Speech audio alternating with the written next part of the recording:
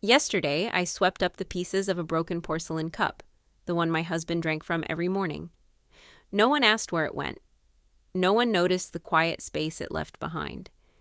If you've ever felt invisible in your own home, or if silence has ever answered your kindness, pour yourself a cup of tea, dear, and sit with me for a while.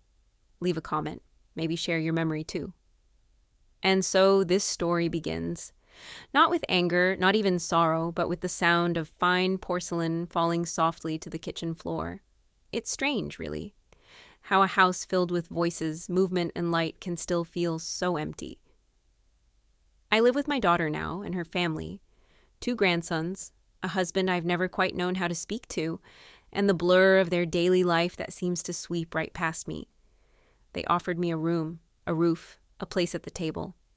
They said, "You'll never be alone, Mom." But I don't think they understand. Loneliness doesn't always come from being alone. They gave me the smallest room in the house. It used to be the sewing room, back when the woman who lived here before us made curtains and doll clothes. A narrow bed fits snug against the wall. There's a chipped dresser I painted pale blue last winter, just to make it feel like mine. And there's one window, east-facing, where the morning light pours in like warm milk, steady, gentle, uninvited, but always arriving. I wake before the sun most days. I suppose old habits don't retire just because we do. There's something about the early quiet, of the way the house breathes differently before it fills with footsteps and schedules. It's the only time I feel like the silence and I are on equal footing, neither asking too much of the other. I make the coffee, set the mugs, toast the bread. I know the boys like peanut butter on both sides of theirs. I know my daughter forgets breakfast unless I place it in front of her. I know her husband likes his eggs scrambled dry, though I've never known why. No one asks me to do these things, but no one stops me either. They used to thank me in the beginning. Just a soft, "Thanks, Mom," or a pat on the shoulder. But over time, those gestures thinned out like air in a room no one visits.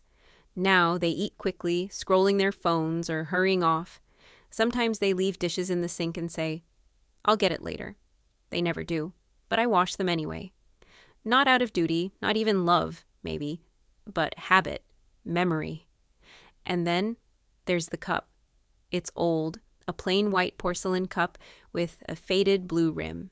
My husband used it every morning for 27 years. He liked his tea strong, no sugar, always at 6:30 sharp. I brought that cup with me when I moved here. I kept it on the shelf above the sink just to see it, just to know it was there. He passed 6 years ago, and some mornings I still reach for the cup, as if his hand will meet mine. Last night after dinner, I was cleaning the dishes. My fingers were tired. The sponge slipped, and the cup, that cup, hit the edge of the sink and shattered. A soft crack, then the sharp music of porcelain against tile. I stared at it for a long time. I didn't cry. There was no one to cry to. I swept the pieces gently, as if it still deserved respect in its brokenness. I wrapped them in a paper towel, layered twice, and placed them at the bottom of the trash bin. I didn't want the boys to cut themselves. I didn't want questions, but no one asked anyway. No one heard the sound, or if they did, they didn't care enough to look. This morning, when I stood at the sink, the space on the shelf was empty. The silence around it was loud, but only to me. It's a strange kind of grief, the one that arrives not with death, but with forgetting, with being unseen, not disliked, just unnoticed. I went about my day, folded towels, wiped counters, listened to my grandsons argue over cartoons. I smiled at them, but they didn't see me.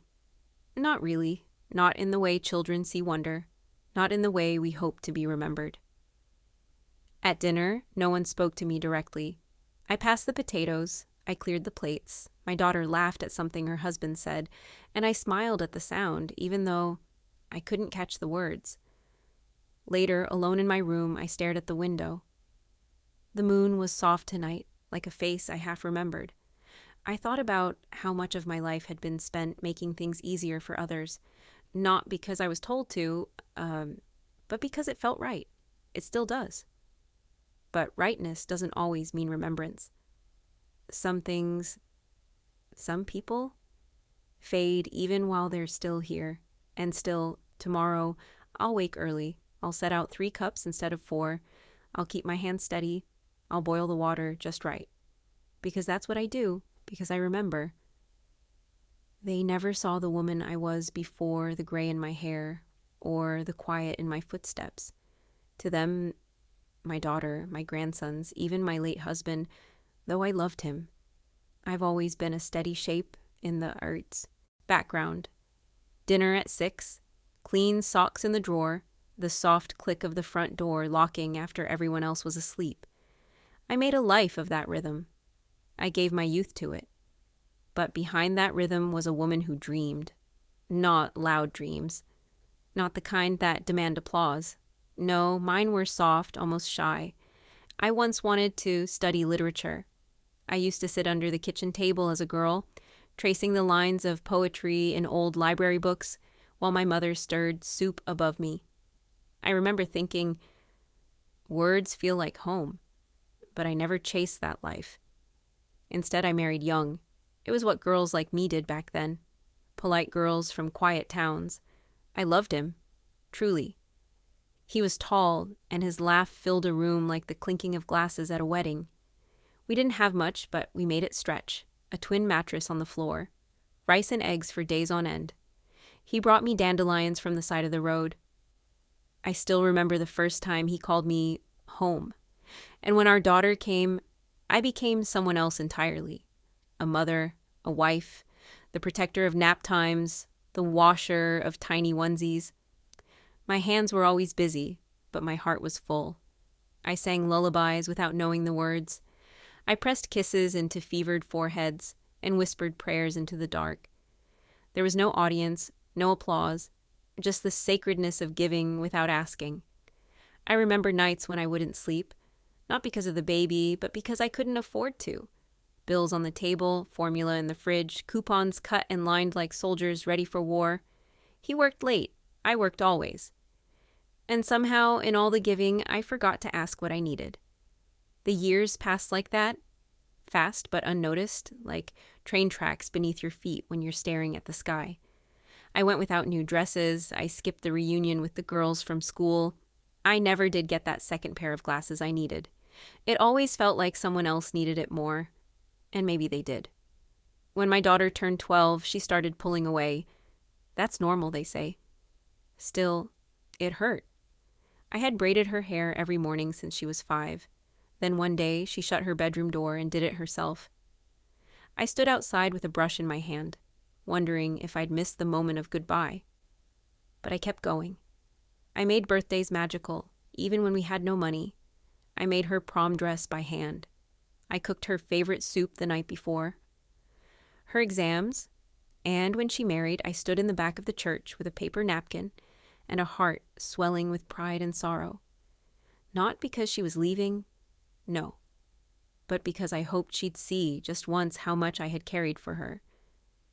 She thanked me that day, kissed my cheek. But time is a swift thief. Now, years later, that thank you feels like a faded photograph. Soft at the edges, blurred by light. When my husband got sick, I didn't hesitate. I gave up everything to care for him. I held the bedpan. I crushed pills. I changed sheets in the dark so he wouldn't feel embarrassed. I watched the man I loved, the man who once danced with me barefoot in the kitchen, shrink into someone afraid of the mirror. He thanked me too. With his eyes, with his hand over mine in the final days. I couldn't have done this without you, he whispered. And when he was gone, I felt empty. Not from grief alone, but from the years of giving without pause. I had forgotten what it felt like to want something for myself. I thought maybe coming here would give me rest, that my daughter would say, "Let me take care of you now, Mama." But she never did. She handed me a set of towels and said, "Make yourself at home." And I tried. God knows I tried. But home isn't just a room. It's being wanted, needed, not just for what you can still do, but for who you are when the apron comes off and your hands stop moving. Tonight, I sat in the kitchen after they'd gone to bed. I looked at my hands. These same hands had held babies, wiped tears, stitched buttons, and buried a husband. They look smaller now, thinner, but stronger somehow. I don't resent them, my daughter, the boys. I just wonder if they'll ever understand the weight I carried so they could walk lightly. The cup is gone, the shelf is empty, but I remain, and I still remember. It happened on a Sunday. Nothing dramatic, nothing you could point to and say, there, that's where it all broke. No yelling, no slammed doors, just something small, so small it would slip past most people, but I felt it, like a pinprick to the heart. We were having lunch, all of us around the table. My daughter had made a pasta salad with olives, even though I've never cared for olives. I didn't say anything. I never do. I just picked them out one by one and set them on the side of my plate. No one noticed. That's nothing new. The boys were squabbling over something on a tablet. Her husband was talking about his new client. My daughter was nodding, distracted, spooning more salad onto the boys' plates. It was a normal meal. Fast, noisy, full of half-finished sentences and dropped forks. And then it happened. Her husband looked up, mid-bite, and said, "Oh, by the way, we've moved your things." I paused. Fork midair. "My things?" "Yeah," he said, not unkindly, just casually. "We had to make room in the hall closet, so we boxed some of your stuff and put it in the garage. Hope that's okay." He'd already turned back to his plate before I could answer. My daughter didn't look at me. She reached for the salt and said, "We figured you weren't using it." I nodded, slowly, smiled even. But inside, I felt the breath go out of me. They hadn't asked. They hadn't even told me ahead of time.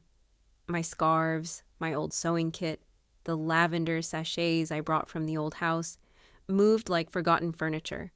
Relocated, repacked, reorganized.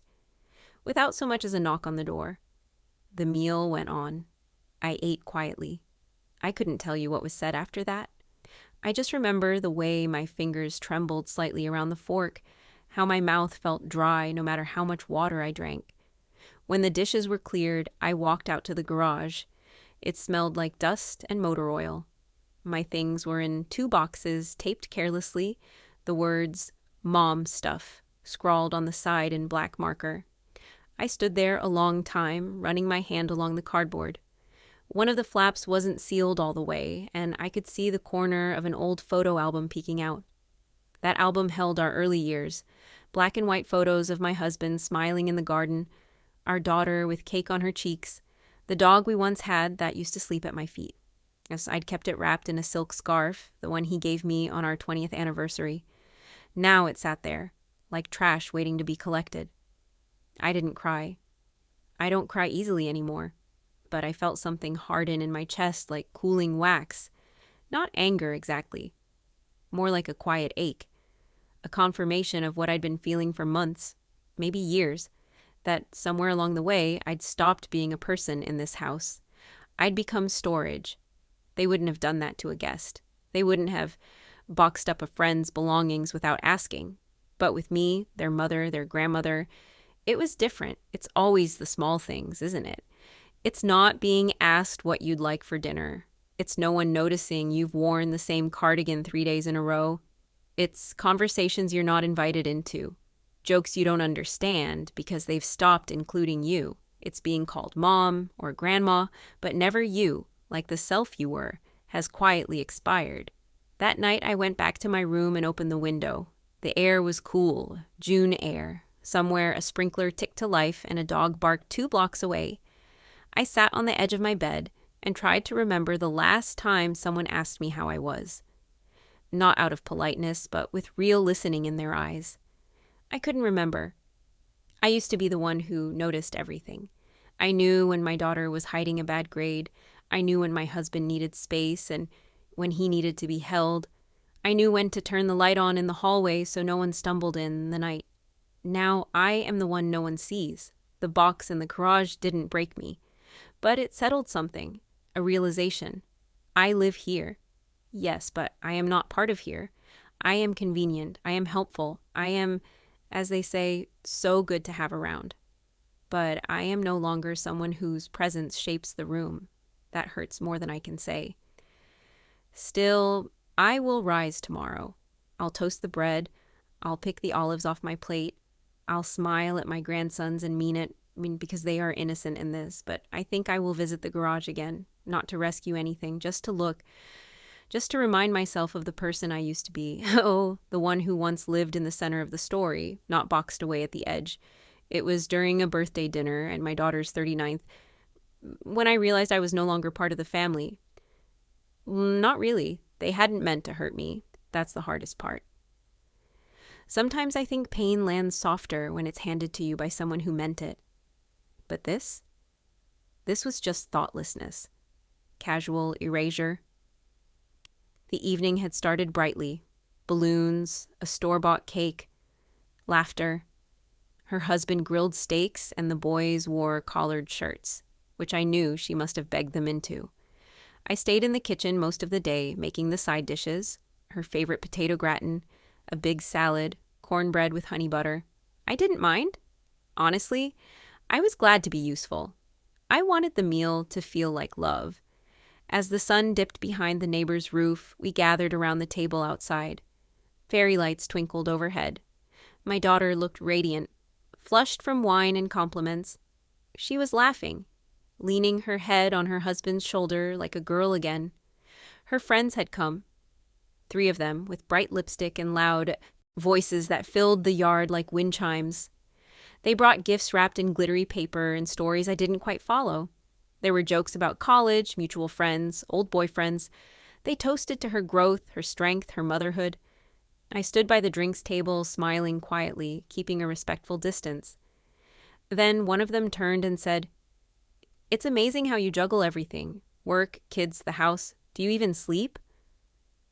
My daughter laughed, brushing it off, then said something I won't forget. She said, "Well, it's just us. You know, we've built this thing together. It's not always perfect, but we manage." Just us. No mention of the woman who folded their laundry that morning. No mention of the hands that stirred the batter for the cornbread. No recognition of the meals, the school pickups, the quiet mending of socks and school uniforms, and silence. Just them. I felt the words press against my chest like a palm pushing me gently out of the room. I sat down, slowly, in the corner near the garden bed, pretending to adjust my sweater. The grass was cool beneath my shoes. From that angle, I could see the twinkle lights reflected in the kitchen window, small, blurred orbs of light like faraway stars. I remembered when she was 7 and had cried because she thought the moon was following her. I had pulled over on the side of the road, held her in my lap, and told her the moon loved her too much to let her go. Now I watched her laughing, glass raised high, surrounded by people who knew her as she is today, a mother, a wife, a woman. And I wondered if any of them knew who had carried her to this moment. No one came to ask if I needed anything. No one asked why I was sitting alone. I don't think they even saw me. I went inside quietly. The cake had already been cut. I wrapped the leftover slices in foil, labeled them, and stacked them in the fridge. That night, when everyone was asleep and the last fork had been washed and dried, I sat in the kitchen with the lights off. I didn't need light to find what I was looking for. I stood before the cabinet and opened it slowly. The shelf was still bare where my husband's cup had been. I ran my fingers along the wood, thinking. This is how it ends. Not in a sudden shatter, but in quiet absences. An empty shelf, a boxed scarf, a forgotten name in a toast. I'm not angry. That would almost be easier. I'm just tired of giving and disappearing at the same time. So the next morning, I started packing. Not loudly, not with bitterness, just softly, like one folds away the last page of a letter they've read too many times. A few sweaters, my Bible, the photo of him smiling in the garden, the silk scarf. I didn't tell anyone. I didn't need to. I wasn't leaving yet. I just wanted to be ready. I think we all know when a door inside us begins to close. Not because of one big thing, but because of 100 quiet dismissals.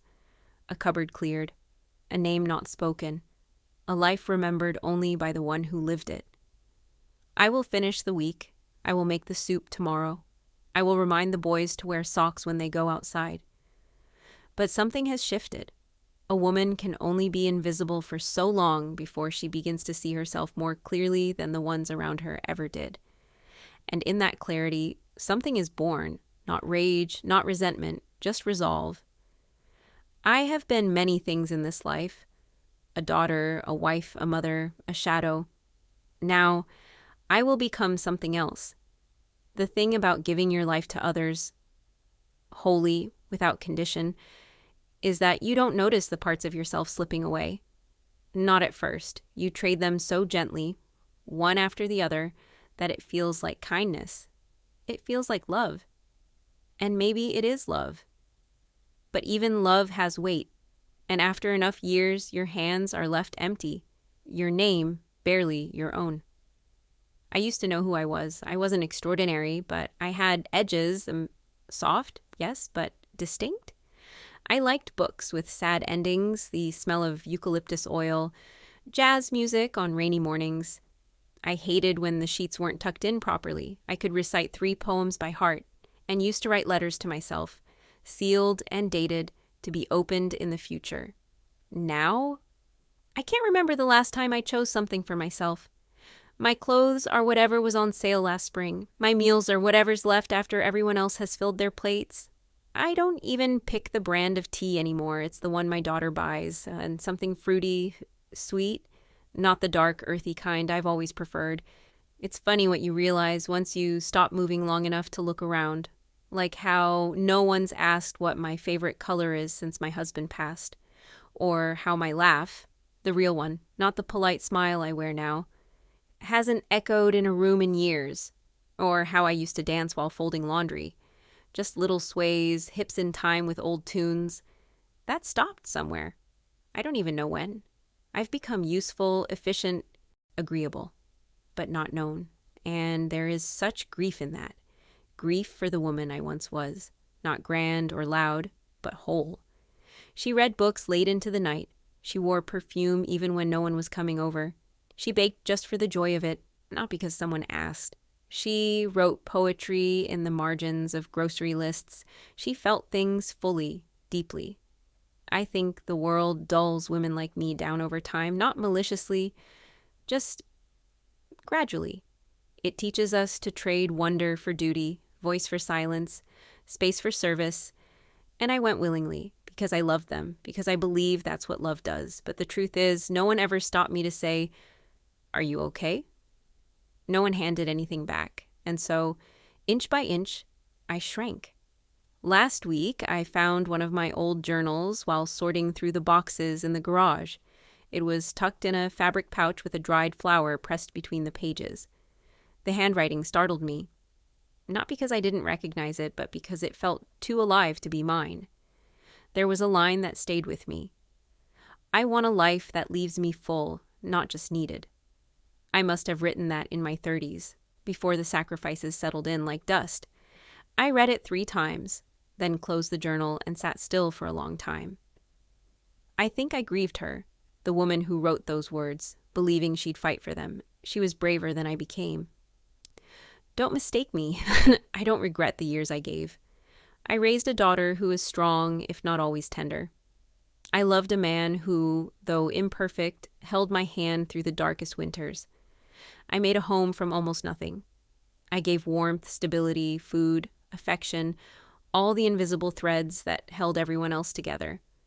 But somewhere along the way, no one thought to hold me. Now the house moves around me like I'm furniture, familiar, dependable, always there, but never quite seen. I've started walking again in the mornings, early, before the house wakes. I slip out the back and make my way down the neighborhood path, past the blooming hydrangeas and the newspaper boxes leaning like tired men. I walk slowly, deliberately. Sometimes I hum old songs I haven't heard in decades. It's there in the quiet stretch between lampposts and dew that I feel like myself again. I feel the breeze touch my cheeks and think, "You're still here? You still matter." Some mornings I whisper apologies to the version of me I abandoned. Some mornings I thank her for surviving anyway. This week I bought a candle with my own money, cinnamon and clove. No one asked for it. I didn't wait for a reason. I just lit it, sat in the glow, and breathed. That shouldn't feel radical, but it did. I think I'm beginning to remember who I am, not just who I've been to others, and the more I remember, the less I'm willing to keep disappearing. I may be 65, I may have graying hair and hands that ache when it rains, but I am not done. Not with this life, not with myself. And perhaps the greatest act of love now is to begin returning home to me. I didn't pack everything, only what I could carry in one trip. A few dresses, my walking shoes, a well-worn paperback with the spine broken from too many rereads, a photo of my husband, the one where he's laughing, eyes squinting into sunlight, and the small silk pouch that holds my wedding ring, a dried rose petal, and a handwritten prayer. I didn't tell them I was leaving, not out of spite, but because I knew they wouldn't understand. They would either dismiss it, "Mom, don't be dramatic," or worse, they would ask me to stay, not because they wanted me, but because I made things easier, and I couldn't stay for that anymore. It wasn't a grand goodbye. There were no suitcases by the door, no long glances back. I simply waited until the house had emptied, school drop-offs, meetings, errands, and I quietly slipped away. The room I left behind was spotless, sheets folded, pillow fluffed, the faint scent of lavender clinging to the corners. On the dresser, I left a short note. "Don't worry, I'm safe. I need time. I love you all. Please don't follow." Mom. I took the bus to a small coastal town 2 hours away. I had found a room to rent, a little place above a bookstore, the kind that smells of old paper and always plays soft jazz in the background. The woman who runs it is kind. She wears thick glasses and talks to her cat like a child. When I arrived, she handed me the key without asking too many questions. Just a gentle nod and the words, "You're right on time." The room is small, but it feels like mine. White walls, a lace curtain, a lamp with a warm yellow glow, and silence. Not the heavy kind that fills a house when you're being ignored, but the soft, inviting kind that asks you to sit with yourself a while. That first night, I stood by the open window and listened to the sea. It's been so long since I listened for the sake of listening. The waves don't care who I used to be. They don't ask if I've cooked breakfast or remembered the dentist appointment or folded someone else's laundry. They just arrive. Constant, unapologetic, free. I took my tea, the strong, earthy kind I've always preferred, and sat on the floor with my back against the bed. No television, no noise, just me, my breath, and the cup warming my hands. And for the first time in years, I didn't feel needed. I felt still.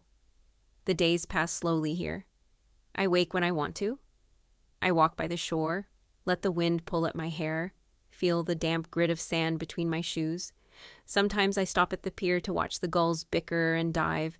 Sometimes I sit on a bench and do nothing at all, and each day something in me loosens, not all at once, but enough to notice. It's strange. The first few mornings I kept expecting someone to call, to ask where the cereal was, to hand me a basket of laundry, to call me Mom without really seeing me. But the phone stayed silent, and in that silence, I began to breathe differently. I started writing again. Just a few lines at first, half thoughts, fragments, but then a page, then two. Poems, letters I never sent, memories I had tucked so far back I forgot they were mine. It's like I'm sweeping dust off old furniture in my soul. I don't know what they think back home. Maybe they're angry, confused.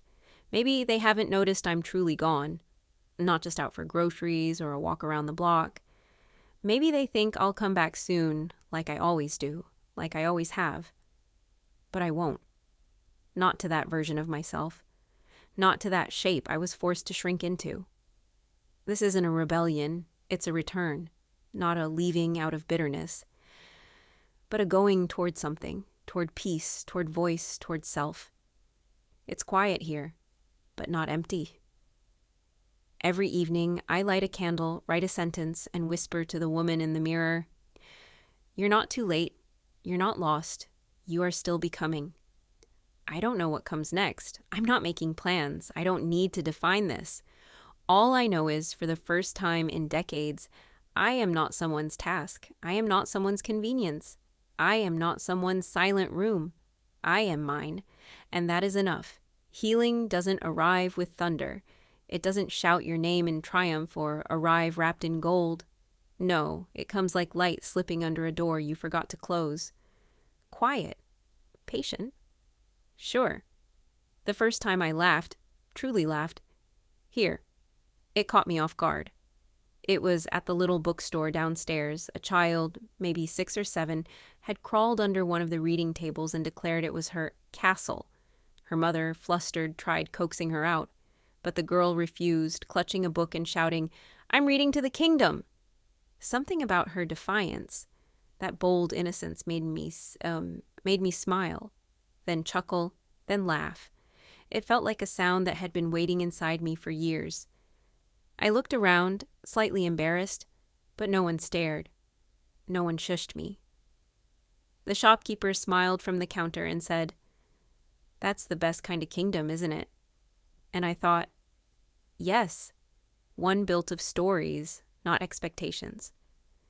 Since then, the laughter has come more freely, not often, not loud.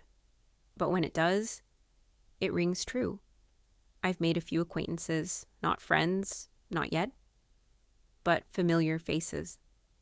The man who sells fruit on Thursdays, and he sets aside ripe plums for me now. The older woman who knits by the pier calls me honey and always offers me a seat. We don't speak much, but we sit. Sometimes silence, when shared with the right soul, is enough. In my room, I've made small rituals. Each morning, I open the window and greet the sea, not aloud, but with a gaze, a breath, as if to say, I'm still here. Thank you for waiting. I write in my journal before breakfast. Nothing dramatic, just small observations. The gulls were louder today, the sea was calm. My tea steeped too long, but still tasted right. These are not the things I would have shared in my old life. No one had time to hear about tea or gulls. My stories were always edited down to usefulness. Is dinner ready? Is laundry done? Have you seen my phone? Here, I am learning to live in details again. I no longer exist only in service to others. I exist in the soft curve of a shell I found by the water, in the way the candle flame flickers against the wall, in the slow return of my reflection in the mirror. That woman, the one looking back at me, she is changing. She still wears the grief, but she's wrapped it differently now. No longer a heavy coat, but a scarf. Soft, familiar. It no longer suffocates her. She knows it won't vanish, but it no longer defines her. Sometimes I catch myself humming, a tune I can't name, something from my childhood perhaps. It makes the room feel fuller, warmer, like the past and present are holding hands.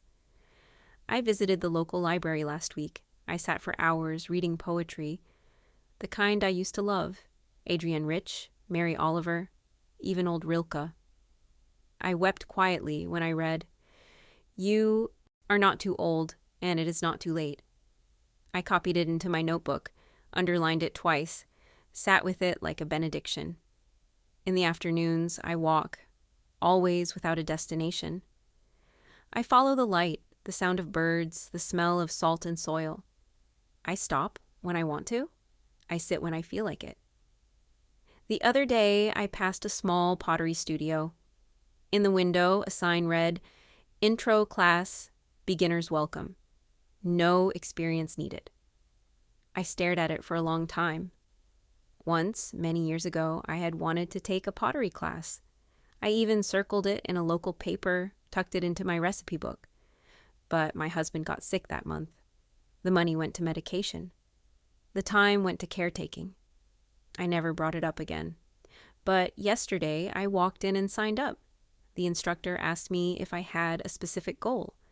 I said, "No, I just want to feel something in my hands that belongs only to me."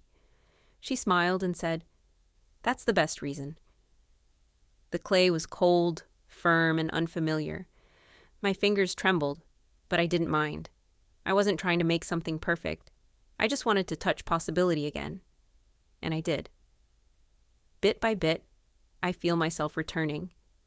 Not to who I was, but to who I might have been had I not spent so long disappearing for others. I still miss them, of course, my daughter, my grandsons. I wonder what they think, if they're angry, hurt, or maybe beginning to understand. But I don't ache in the same way.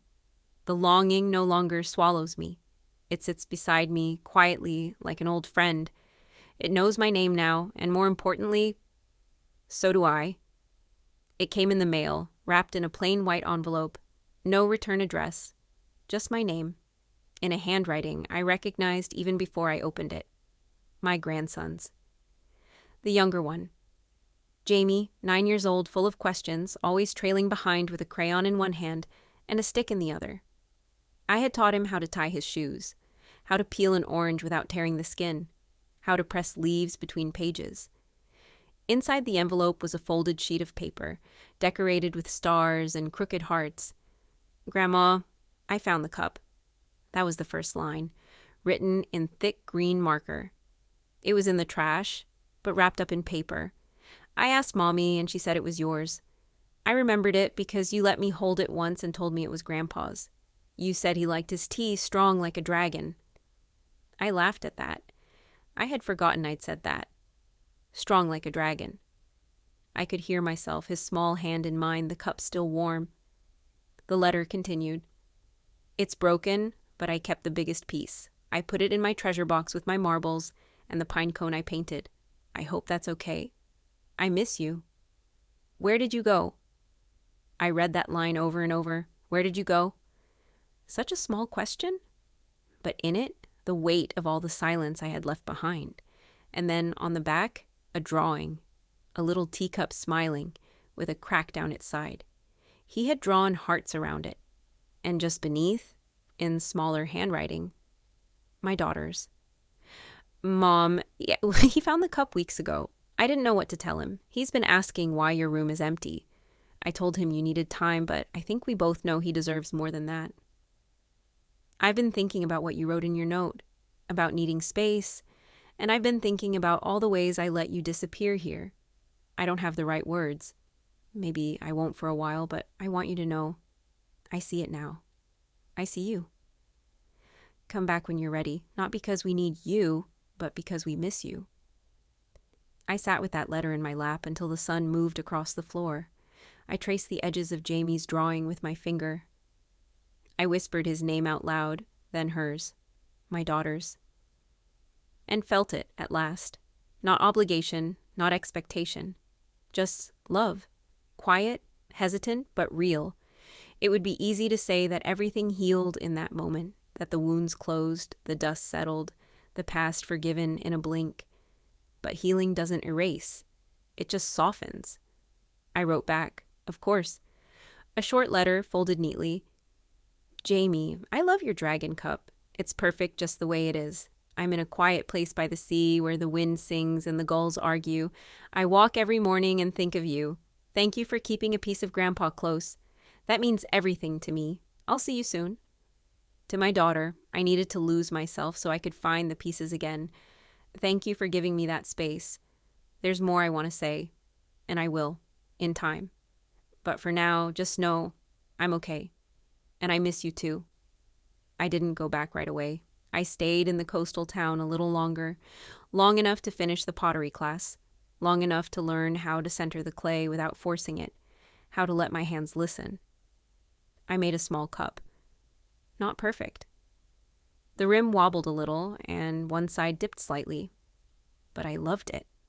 I glazed it deep blue like the sea before rain.